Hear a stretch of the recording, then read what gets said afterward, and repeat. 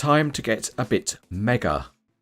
So it's time for a Nooteboom Mega Windmill Transporter. And it comes in a nice shrink-wrapped, high-quality presentation box. And when we open it up, there's lots of black foam rubber protecting the model. This model also includes a small collector card, although it's not uniquely numbered. Just a reminder that you can see all of the reviews made by Cranes Etc. over on the Cranes Etc. website. Over 1,000 models have been reviewed and each one's got its own report. Also, if you'd like to support Cranes Etc. going forwards, then head over to the Cranes Etc. Patreon page, where you can sign up to support our work and get some rewards too.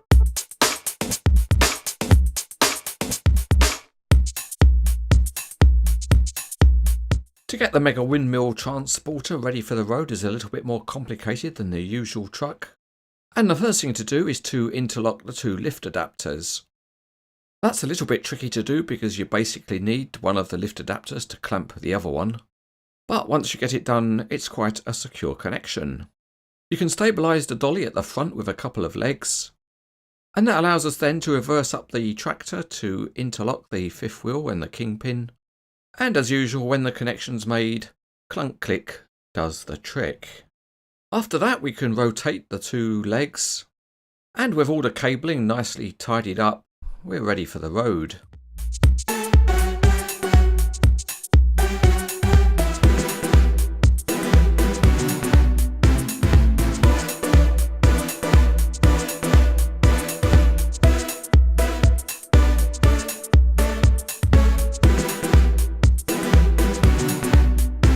The tractor is a Scania 8x4 and WSI models has given it the usual very detailed chassis.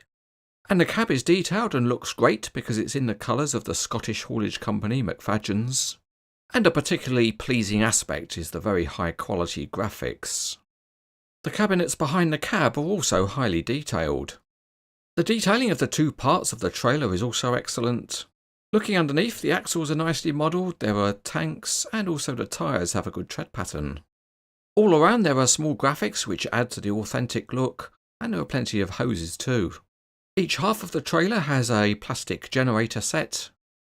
There are tiny control consoles modelled, and only the slightly translucent main connecting cable doesn't look quite so good.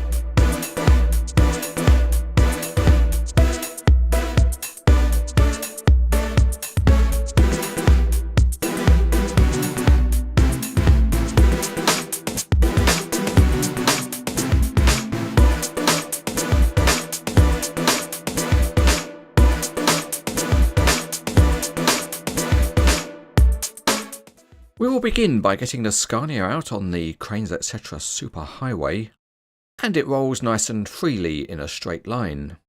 There is link steering, but the range of movement is very small. But, as we always say, something is better than nothing. More would be nice though. The tilting cab does perform very well, it's able to hold a tilted angle, and unless you're a big head, you can just get in to see the engine under the cab. The two halves of the trailer are very nicely engineered, and starting with the three-axle dolly it rolls well and bounces up and down nicely on its independent suspension. And there's also some steering available on the rearmost axle. The turntable movement is very good, and moving on to the lift adapter, there's a pin on each side of the sliding beams and then you can move them in or out. And the arrangement is the same on the 7-axle unit. The model engineering is also very good here because it rolls extremely smoothly with all those axles. And of the 7 axles, the rear 3 are linked together and steer proportionally, and the front 3 work in just the same way. The range of movement is very good, so if you set the steering, it traces out a very nice curve. All the axles also have independent suspension, so the whole unit springs up and down nicely. Looking down from above, it's nice to see the linked steering working. And there's also a mechanical linkage on the rear turntable. So we've taken a look at the whole vehicle, but we really need it to carry something. And it can transport wind turbine tower sections, but here we have a wind turbine nacelle. So to get it carried, we need to unhook the two parts of the trailer, and then separate them to allow room to fit the nacelle in the middle. You can see that the cable that joins the two parts of the trailer is a bit of a mess at the moment, but we'll sort that out later. The nacelle has special frames at each end which the lift adapters can hook into, and it takes a little bit of fiddling about to get the right angle and lift height on the adapter to hold the nacelle properly. But with some nimble fingers and thumbs, we're able to set the nacelle to a decent carrying height on the rear lift adapter.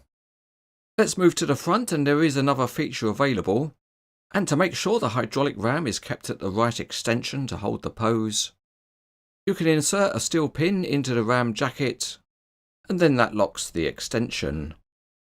After that, we need to make the best job we can of sorting out the cable that joins the two parts of the trailer. And once that's looking decent, there's one more last bit of detail to add, and there are 4 marker boards to fit, 2 long ones at the front and 2 shorter ones at the back. With the nacelle on board, we get a very long trailer, so let's do a dim check. And from end to end, it measures 29 inches or 74 centimeters.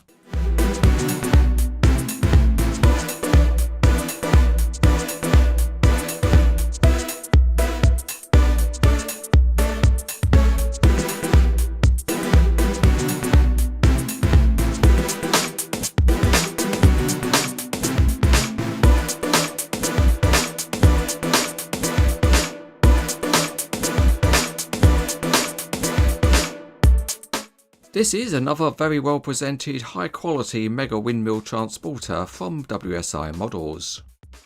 It scores highly for detail and the functionality is very good too, and it's a great looking limited edition in the colours of McFadyens. So if you want an impressive model, this one is excellent.